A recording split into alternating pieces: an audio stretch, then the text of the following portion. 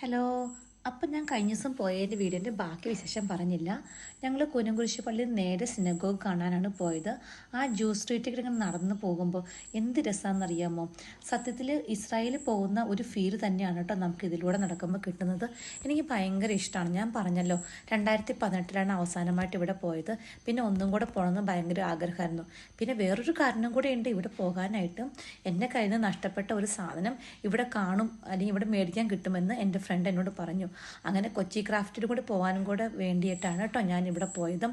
എന്തായാലും തേടിയ വള്ളി കാലി ചുറ്റുമെന്ന് പറഞ്ഞതുപോലെ അത് ഞാൻ കണ്ടുപിടിച്ചു. പിന്നെ ഞങ്ങളൊരു ഐസ്ക്രീം കഴിക്കാനായിട്ട് കടയിൽ കയറി. അങ്ങനെ ഒരു ഐസ്ക്രീമൊക്കെ കഴിച്ചു. പിന്നെ ഇനിയുണ്ട് കേട്ടോ, തീർന്നിട്ടില്ല വിശേഷങ്ങൾ. പിന്നെ ഇന്നത്തെ പൊതിച്ചോറിൻ്റെ വിഭവങ്ങളൊക്കെ കാണണ്ടേ. നമ്മുടെ പൊതിച്ചോറിൽ ഒത്തിരി ആർഭാടങ്ങളൊന്നും ഇല്ല കേട്ടോ. നാടൻ ഊണ് തന്നെയാണ് കേട്ടോ നമ്മൾ കൊടുക്കുന്നത്.